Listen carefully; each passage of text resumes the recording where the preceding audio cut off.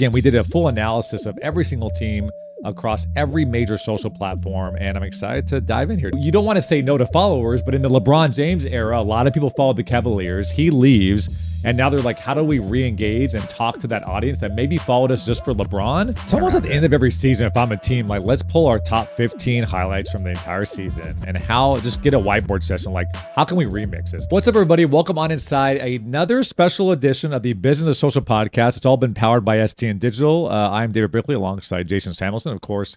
All things analytics and strategy here at STN.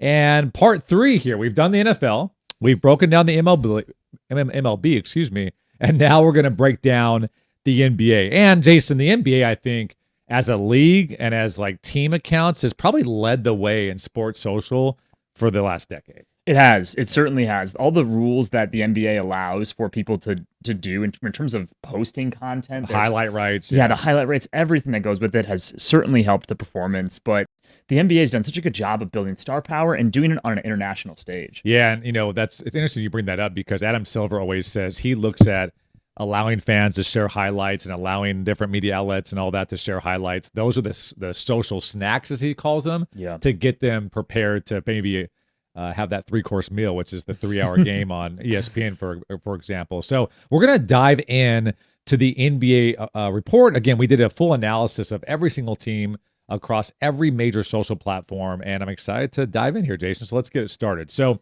if you're following along here on YouTube, you'll see the deck that we're running you through, and we're going to start by engagements. We did something a little bit different here, I think, with the NBA, Jason. We sorted this by engagements per post because we were talking about how that's how we really value how you can put everybody on the same playing field. Here's how it all shook out in the NBA. The Lakers, of course, my team, but they're number 1, and followed by the Golden State Warriors. The Brooklyn Nets at number 3. And I got to shout out my guys, Charlie, the VP of Content, Alessandro, the Senior Director. They're very well known in NBA circles, formerly of the Sixers, formerly of the Clippers. These dudes cook wherever they go. And you can tell they're cooking over in Brooklyn. Yes, truly incredible. And we'll even dive deeper into why that's so high when we get to the TikTok section, which is a very interesting fact. But yeah, a ton of really, really interesting numbers here when you're looking at engagements per post. Again, engagements per post is taking the total number of engagements you get and dividing it by the number of posts you have. And why we find that to be so important is that a lot of teams will just post, and they get this really high total, but they're never looking at how frequently and how often are people engaging with each piece of content. And that's how you really can build bigger fan bases, is when you are consistently being engaged with and seen on a regular basis. And the higher your batting average is, the more the social platform will serve your content to new audiences and more of your follower base, etc. So I thought a couple calls real quick here on the engagement slide as we go through this on YouTube and we walk through the PDF. Is OKC was a lot lower than I expected them to be because they were the number 1 seed, right? Or them and Denver are fighting for it at the very end. Yes. And with all that star power, with the Shai Gilgeous, help me out here, SGA, SGA, Chet, the rookie sensation, and just how well they played. That I thought they'd be higher on this list. It's crazy that they landed so low here, and actually we'll talk about that in a couple different slides here. But they're a good example of a team that probably didn't do as well as they would expect to, given their young talent and how social media really is a marketing channel for young storylines, young people. And then the Spurs too, breaking into the top 15, even though the record wasn't as great. I call this a Wemby effect, which they're riding that really well. All right, so let's go into audience and followers. We don't spend too much time on this, as we know, the Lakers and the Bulls and the Warriors and the Cavaliers and the Heat, really, with the Dwayne Wade and LeBron James still, really affecting their total follower base. And that's what we want to talk about real quickly, is if you look at the Rockets, there are 6 in total followers as far as audience leaders, 20th in engagement. And you think about that CP3 era, the James Harden era, no different than the Cavs. They're 4th in followers, 23rd in engagement. Yep. How do you don't want to say no to followers, but in the LeBron James era, a lot of people followed the Cavaliers. He leaves, and now they're like, how do we re-engage and talk to that audience that maybe followed us just for LeBron, but now we want them to start talking about Donovan Mitchell. We want to start talking about other players on our team. Same with OKC. Check this out. 9th in followers, 22nd in engagement. Again, still trying to overcome that KD Westbrook effect and all the followers that followed them back in those eras. Yeah, and David, you and I talk about this really often, but when it comes to these platforms and when a lot of these teams strike when the iron's hot and gained a lot of followers because of having a player that's talented, right? We're looking at older audiences, looking at these platforms that grew exponentially when they first came around, right? 5, 6, 10 years ago. Now platforms are pushing away from followers. And a big bold prediction I would have is that in the next 10 years, a lot of platforms get rid of followers entirely. Wow. Okay. And so what a threat for a lot of these teams who have these massive followings and are leaning on them heavily. And again, don't have the star power now. Their content is being seen by people that go, I really just want James Harden content. Yeah, right. And they're slowly leaving the Rockets, for example, or whatever team you want to point to here.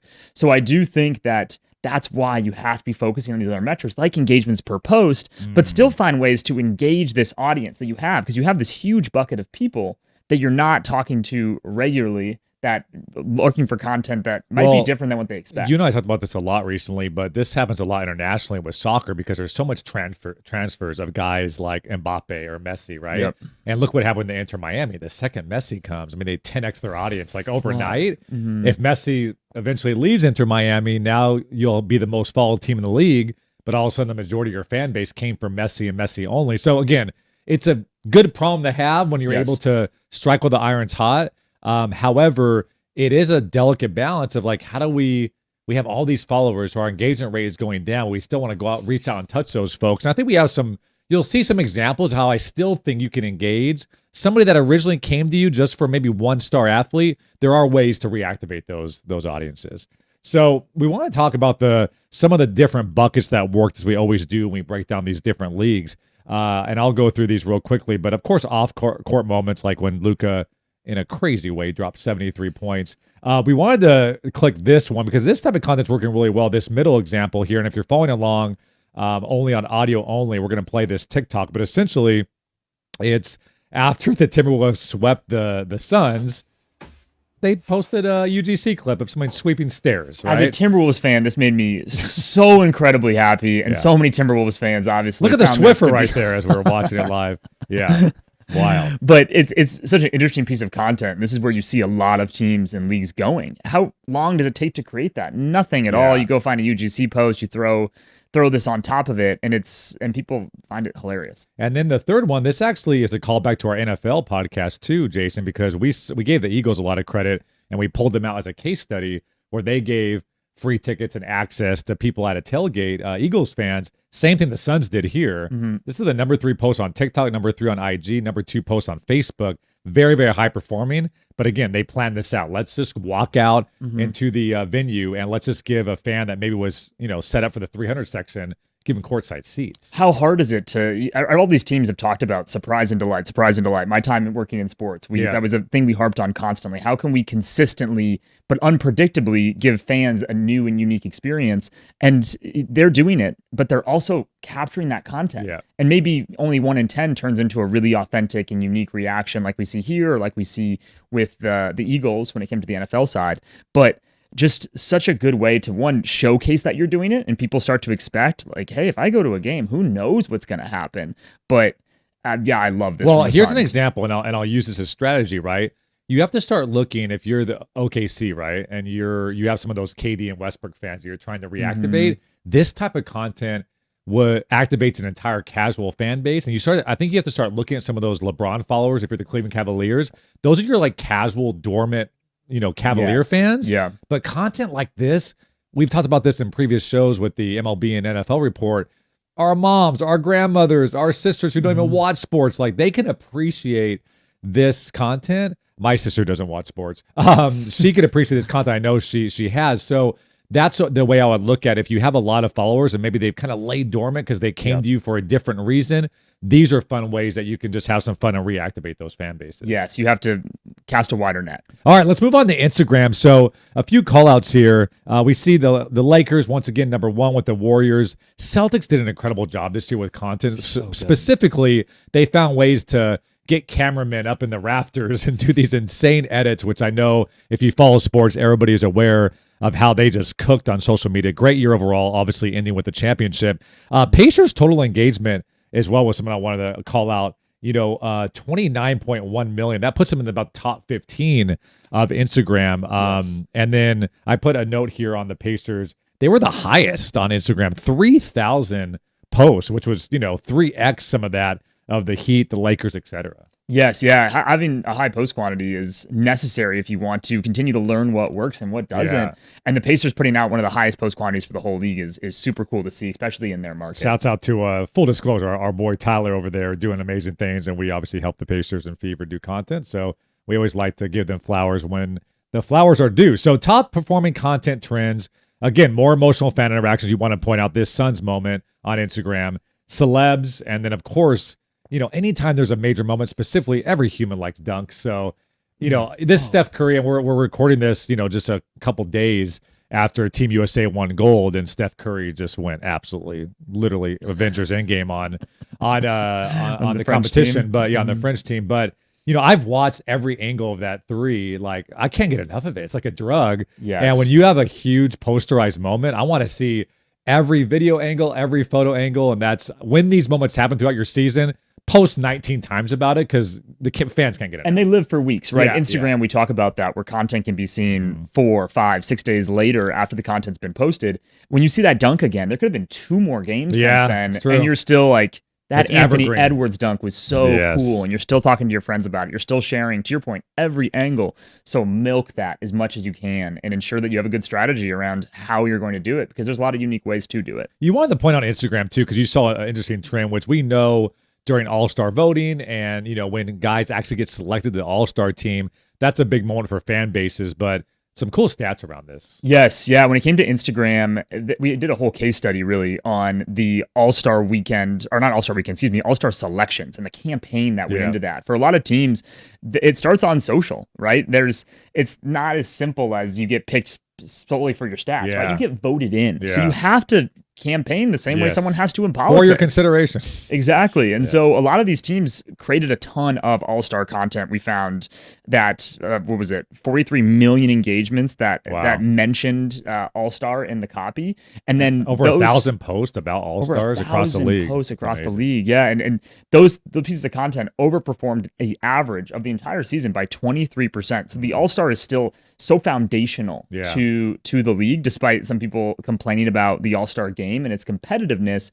Getting selected is still such a huge honor, and what an opportunity to then highlight your big stars, start to tell more stories about them. And you'll see here in this example, there's a ton of different really high lift graphics that people are able to, again, showcase and celebrate. Yeah, it's just shareable content too, because you want to scream from the rooftops when your favorite player or your a few players from your team are selected to the All-Star. Well, and something we even talked about when it came to the NBA and how it's different than a lot of other American sports leagues is that these players in some cases are almost bigger than their teams. Oh yeah, right. LeBron James is much bigger than any team he'll ever play for. Yeah.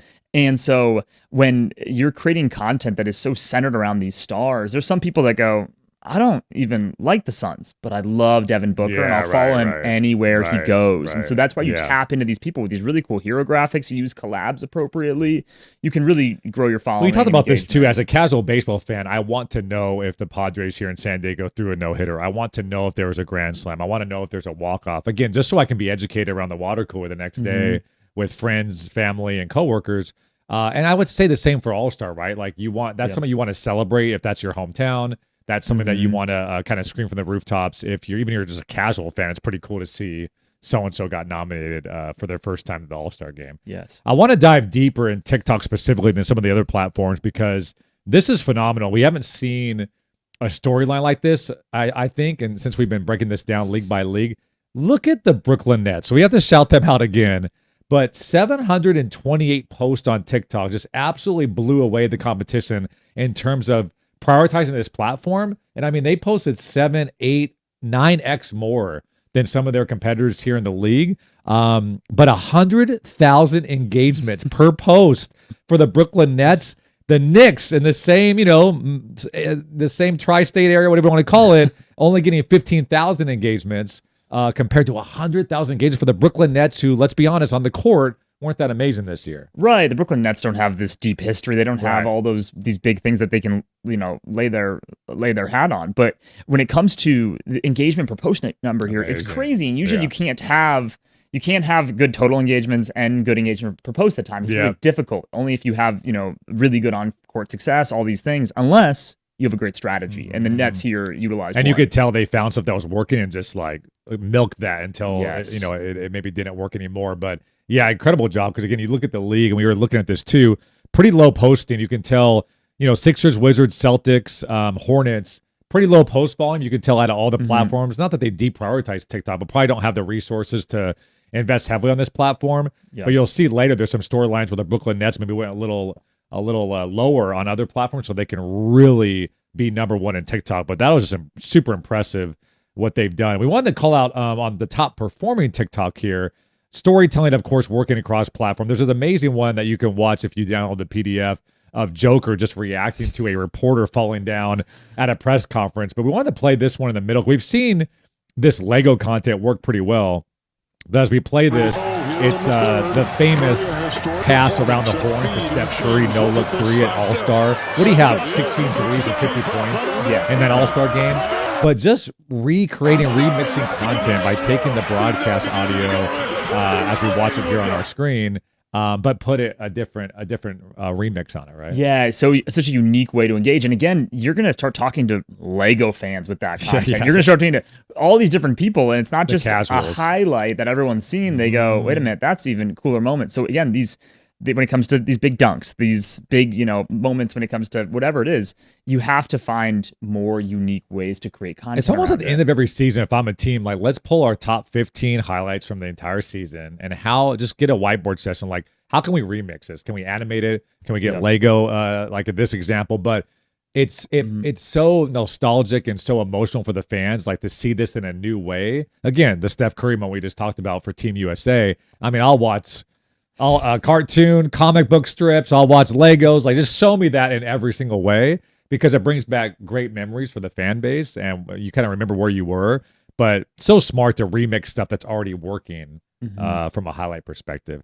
And then you wanted to shout out the Magic for just an incredible. Talk me through, if people haven't seen this is pretty phenomenal. Cheers to the Orlando Magic, who made a really bold decision on TikTok and just created content using UGC video and their final score. I mean, this reminds me of Timberwolves Brazil. If you remember Timberwolves Brazil at the start of the season, this is a deep cut. But here, if you're only listening on audio, we're looking at a bunch of cows dancing. Animated cows dancing over a final score graphic. Yes, from the Atlanta Hawks of all teams. And I don't know if this is some sort of reference to Chick-fil-A or where it comes in, but it performs incredibly. Doesn't even matter. It's so funny. And they do this with their original song, their Orlando Magic theme song. Yeah. I won't sing it because that'd be a terrible way to spend this podcast. But they just did this over and over again throughout half the season. And this is what's key about social, and you and I have known this because we've tried strategies and like, damn, that tanked.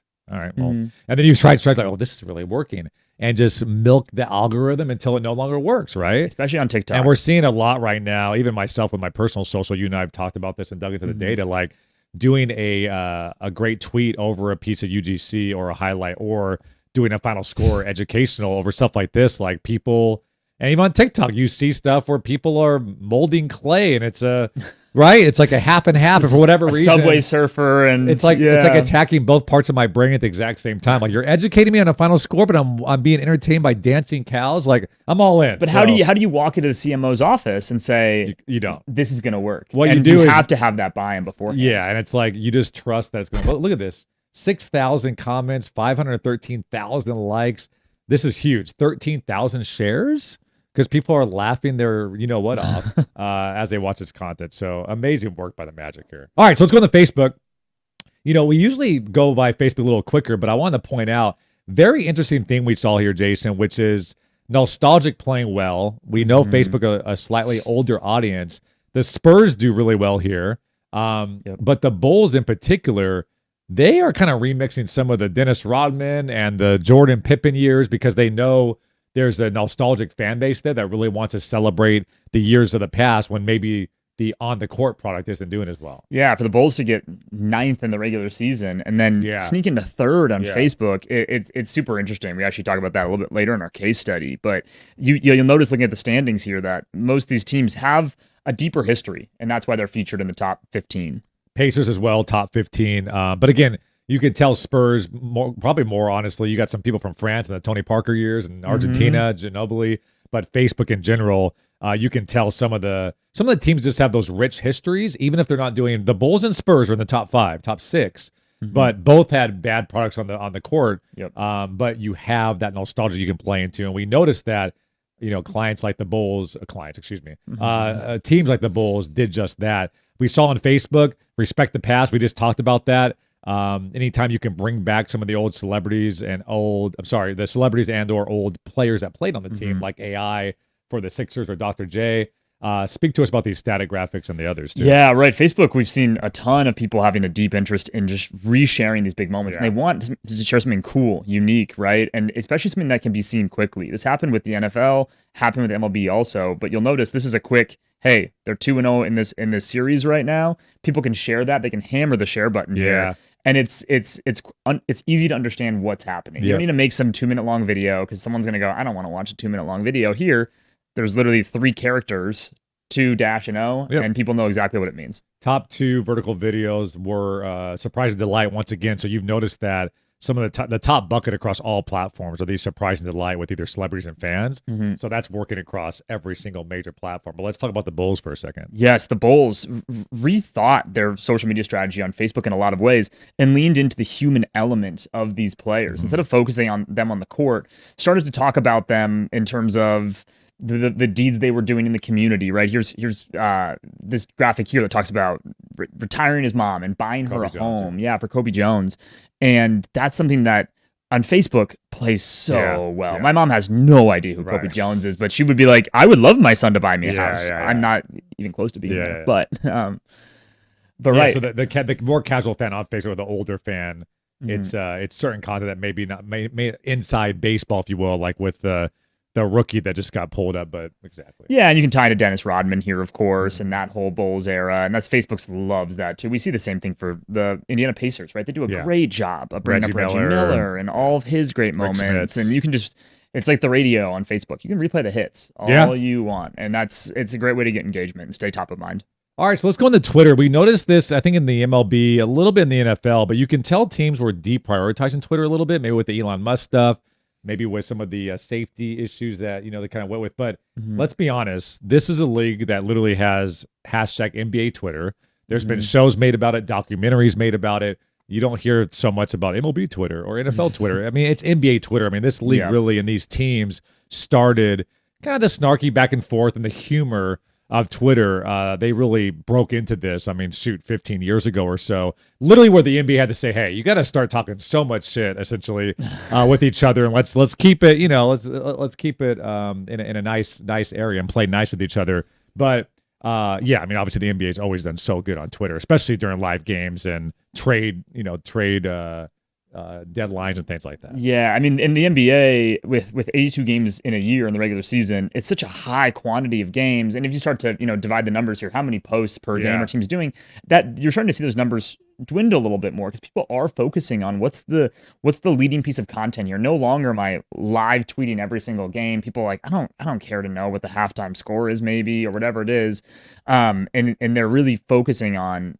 high engaging content. But you're right, getting into the discourse, getting into the conversations, replying, doing community management. There's so many ways to use Twitter effectively, or X as it's known now. But a lot of teams here did a really great job. We noticed too in the NBA specifically, again, the power of the retweet and how much more exponential growth you can get and reach. Players are a lot more active on Twitter in the NBA, I would say. So again, getting that LeBron James retweet, Kevin Durant, responds to his son's thing or what have you. He's obviously very active. You saw him go after the trolls in Paris as well during the Olympics, with his, not his burner account, his actual account this time.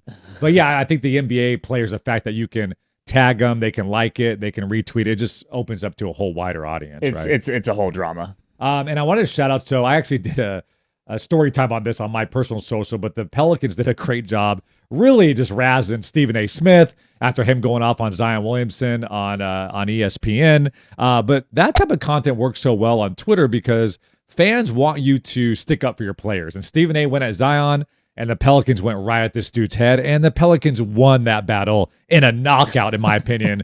But that's just funny, and I think Twitter is one of the only areas that you can have that type of discourse and kind of poke that type of fun. Yes, and we love that from an engagement standpoint. Yeah. Teams are sometimes scared. They're like, oh, we don't want to have a pie in our face, all this stuff. You're going to be the hero and the villain in many of people's different stories, because social media is entirely subjective in how you consume it.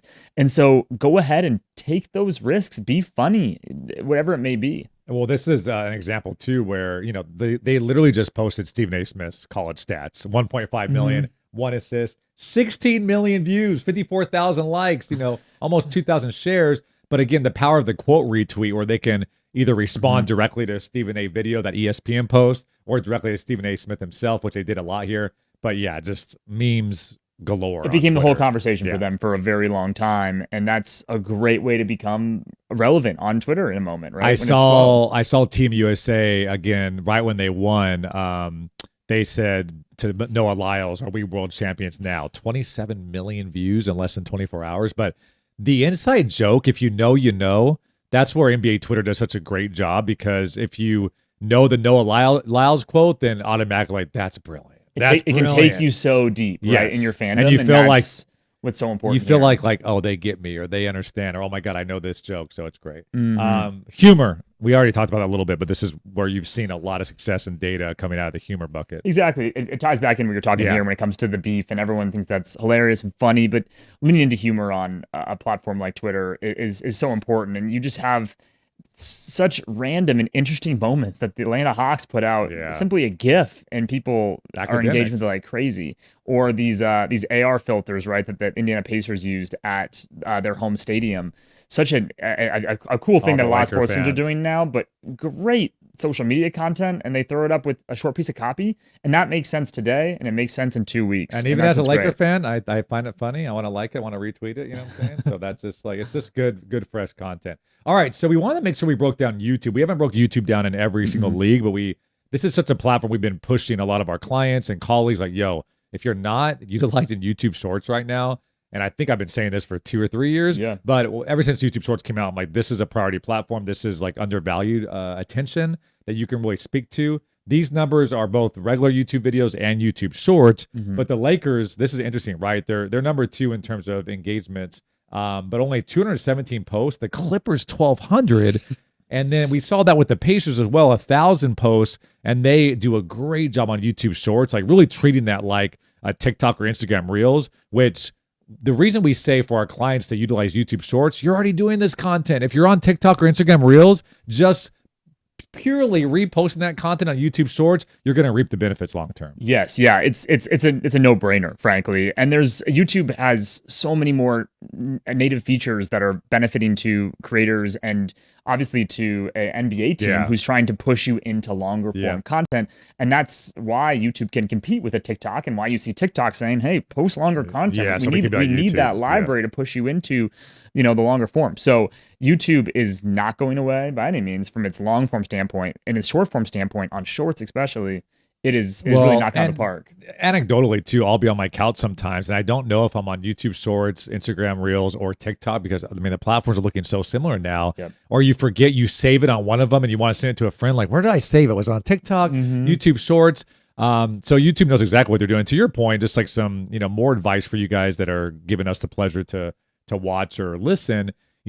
TikTok has already said, like, they want to go more long form. Why? They want you to download the TikTok app on your Apple TV and watch 16:9 like you do YouTube and the YouTube app. So notice that, right? Can we post longer highlights on our TikTok? Like, there's stuff on the cutting room floor that you can start to leverage to have these algorithms push across these different platforms. Put it somewhere. It makes sense. When you're already creating it, why not?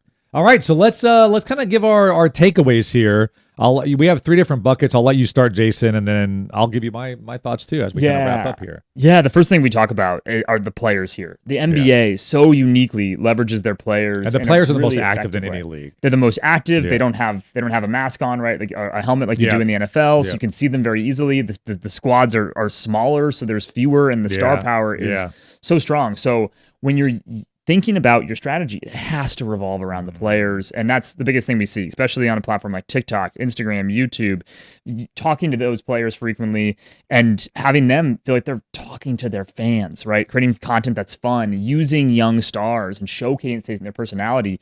As we talk about with USA Basketball, a ton of older stars on that team. Everyone goes, who's playing in LA? And so the NBA is really going to have to start leaning into how do we start to build these new stars up to create that next generation. Yeah, I've thought about that. I do think the NBA, they signed this 11-year deal, right? And $76 billion, and good for Adam Silver to do that. But I do think they have a little bit of a problem with this KD, Steph Curry. They still rely a lot on LeBron, Steph, and KD, right, of the world. And this next generation, there's a lot of guys that can do it, right? It's more international. So like the Lukas and the Nikola Jokic are not as marketable, if you will, as like a Steph and a LeBron are. But the Ant Edwards of the world and the Tatums and the Halliburtons, like they're going to have to carry that torch. And that's a big torch because you're talking about potentially 3 of the top 12 guys in the history of the league that are going to be retiring over the next 2 to 3 years. Right. And there's, so many talented players coming up next, but you got to start finding ways to bring them in the narrative. One theme that I noticed too, again, I think a lot of teams when they have trades and, now with the free agency almost in the summer, there's more engagement in the summertime than actually during the season because it's just like you're watching Woj and Shams and, player announcements and jersey swaps because guys are moving all the time. However, I think a lot of teams that I thought we talked earlier, I thought it was smart, is a lot of teams are still trying to activate that older fan base that followed them for a player specific. Because like you said, a lot of guys, a lot of fans follow the players more so than they actually are aligned to the team. And when that happens, how do you get those fans engaged again? Treat them like casuals and do the surprise and delights, right? And do those pieces of content that any casual fan can appreciate. And that's a way that, hey, how do I reactivate some of those LeBron James, Cav, dormant followers? The surprise and delight works. Who could be from Cleveland, maybe from somewhere else, but they're like, I've followed the Cavs for 10 years or whatever it was, right? And now they're saying, oh, really, I'm more of a Lakers fan. You can still find a way to steal them back, especially now when LeBron could retire. And then Twitter, I think, again, we saw other leagues deprioritize a little bit or maybe not post as much, but NBA is the league that owns Twitter. Like I said, the players are on it. They can get a little more spicy. They can go at Stephen A. Smith's head. So that, I think, will always be a strategy that every NBA team has to really focus on. If you want to go heavier on TikTok, you may want to pull back a little bit on Facebook or something before you would pull back on Twitter because there's so much exponential growth and reach with that platform, specifically in the NBA. Yes. And then the final thing is the NBA, 82 games in a regular season. You have so many opportunities to create win graphics, and win graphics can get old at a certain point, or they only talk to one kind of audience. And so that's what we talk about with TikTok and the Orlando Magic or the Wolves with the same sort of format of the sweeping that we talked about at the beginning of this podcast. Get creative. Start trying different things. You got 82 games. If your team wins a lot, like the Timberwolves, for example, then you can try a lot of different things out. And that's what we would really suggest for people to do is find ways to engage every type of audience. Make that one diehard piece of content that someone that loves the NBA will understand right away. Cast a wider net. And also, finally, I'll say NBA, and I think every league really, but a lot of us that are sports fans have that group chat, and I have a group chat on Instagram that's only Laker fans. And every time there's a funny or cool or another angle of a highlight, you're sharing that. And that share feature really, if you're able to get that content that people want a group chat about, that's such a key element to the sports fan. And we see that time and time again. And when the content's hitting, that's why those final score graphics work so well. Fans are very excited. I remember being a kid, the Lakers win. I want to watch SportsCenter until midnight until I fall asleep. I want to watch the highlight over and over and over again. When they lost, I turn the TV on. I don't want to see a newspaper or whatever it was, right? So, fans want to either brag to their non-Laker fans, in my situation, that the Lakers won, or they want to celebrate with their Laker fans more on a private group message when the content's dope. Give them the chance to do it. All right, so we appreciate you guys, as always, listening to the Business Social Podcast. This time, breaking down the NBA. Hope you guys got a lot of value there. Make sure to go check out the NFL and MLB, because we always say there's so much similarities. The surprise delight in particular, the celebs and players. These buckets are working across sports, but each sport has a little bit of insight that always surprises me and Jason. So it's so cool to dig into these leagues very deep like we do. So once again, Jason, thanks for your time, brother. And appreciate Grace and Katie behind the scenes with all the IT helping us out. And appreciate you for listening. So this has been yet another edition, a special edition of the Business of Social Podcast. It's all been powered by SC and Digital. My name is David Brickley.